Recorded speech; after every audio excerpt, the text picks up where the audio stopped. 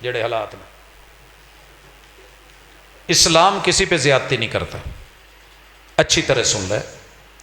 آپ نے اپنے اگر تو زمین ہے برانی، جیسے لیا بکر کیا، ٹیلوں کے اوپر ہل چلا دیا ہے، بارش ہو گئی ہے، فصل ہو گئی ہے، اس میں آپ نے اپنے پاس رکھنا ہے 9 من اور 10واں من اللہ کے راستے میں دینا، اسے کہتے ہیں عشر، 10واں حصہ۔ جو آپ کی زمینیں ہیں جہاں ٹھیکہ لاکھ سے اوپر ہے، جہاں پہ کھاد سپرے کے معاملات آپ کے ساتھ ہیں، یہ سارے خرچے نکال کے، تھریشر، گہائی، کھاد، جو بھی آپ کے خرچے ہیں وہ نکال کے پھر جو بچے گا، خرچہ تسی وہ چ دینا کہ باہروں پلیوں تھوڑا پینا، وہ نکال کے جو بچہ ہے اس میں سے آپ نے دینا ہے 19واں من پاس رکھنے ہیں، 20واں من دینا ہے۔ اتنے ذرا رکے جائے، آپ کو تو عشر دینا چاہیے تھا، آپ نے خرچے نکال لیے، اگر خرچے نکال کے دینا ہے تو 10واں من ہی دینا ہوگا، سن دے جے۔ اور اگر خرچے خرچے پا کے اللہ تو دیتا ہے تیری سپرد، پھر آپ کے ذمہ 20واں من ہے، نصف عشر، کیونکہ آپ کا ٹھیکہ ہے، آپ کے اخراجات ہیں، آپ کے دیگر معاملات ہیں، اس کے لیے تو آپ کو پورا آدھا اللہ نے چھوٹ دے دیے پہلے۔ اگر خرچے نکال کے دینا ہے پھر عشر دینا ہوگا، اگر خرچے مرچے نکالے بغیر اللہ ٹھیک ہے جنہ تو دیتا ہے اللہ دی سپرد، پھر آپ 20واں من دے سکتے ہیں، دونوں میں سے جو کر لے، دونوں آپشن آپ کے پاس موجود ہیں۔ باپ فوت ہو جائے، دادا زندہ ہو، کیا پوتے کو وراثت میں حصہ ملے گا؟ اسلام بڑا خوبصورت دین ہے، بڑا کمال کا دین ہے۔ یہ اصل کے بعد فصل فرع دیکھتا ہے، شاخیں دیکھتا ہے۔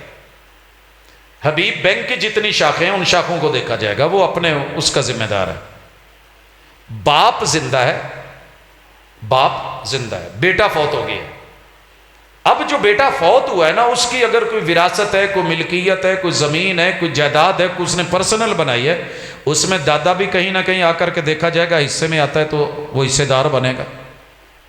اب پرابلم یہ آتی ہے کہ دادا کے باقی بیٹے تو حصہ لے گئے، اور جو یتیم بچے ان کا باپ فوت ہونے کی وجہ سے اسے ملا نہیں، تو یہ بچے کیا کریں؟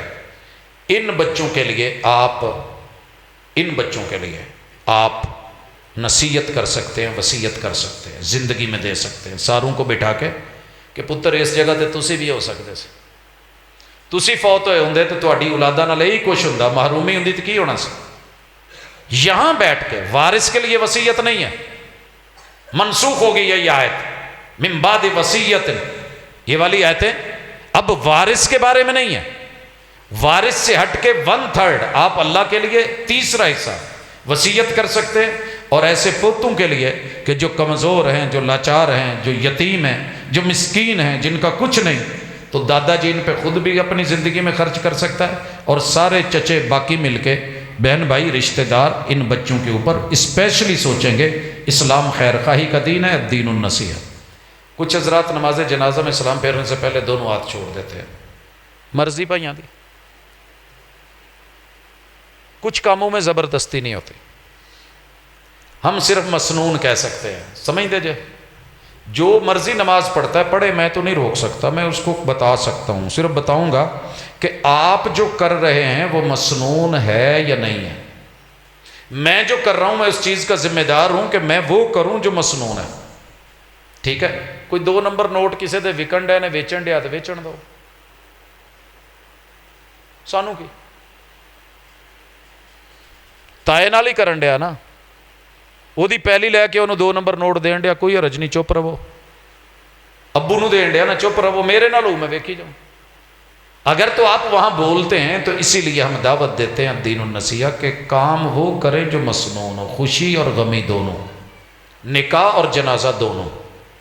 رسول اللہ صلی اللہ علیہ وسلم نے ہر کام کی چھوٹی چھوٹی تفصیل بتائی۔ باقی ہم دیکھا دیکھی کچھ علاقوں میں یوں ہوتا ہے کہ نماز جنازہ پڑھ رہے ہیں، میں نے ہاتھ یہاں اس لیے رکھا ہے کہ یہی لوگ کریں گے السلام علیکم ورحمۃ اللہ، السلام علیکم ورحمۃ، ادھا ہی ہے نا جی، ایتھے والے نہیں کرتے، میں انہاں بیچاریاں نوں پتہ ہے کہ جدوں سلام پھیرنا ادوں ہی سارا کچھ ہے۔ باقی اپنی سمجھ کی بات ہے. اگر آپ مسنون دیکھنا چاہتے تو مل جائے گا. اور آپ کو یہ بھی پتہ ہونا چاہیے کہ رسول اللہ صلی اللہ علیہ وسلم نے جنازے میں یا نمازوں میں سلام کے جو 5 طریقے ہیں اگر وہ دیکھ لیے جائیں تو سلام ہے ہی ایک طرف اور بہتر ہو جائے گا. بس جی.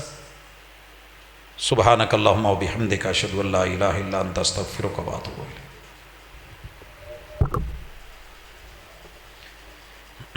سارا کام نا جی آن کے دعا تے جنی محنت کیتی ہوندی ہے نا دعا کر کے اللہ میاں توفیق دمی عمل کرنا ہے انشاءاللہ. دعا کے ساتھ دوا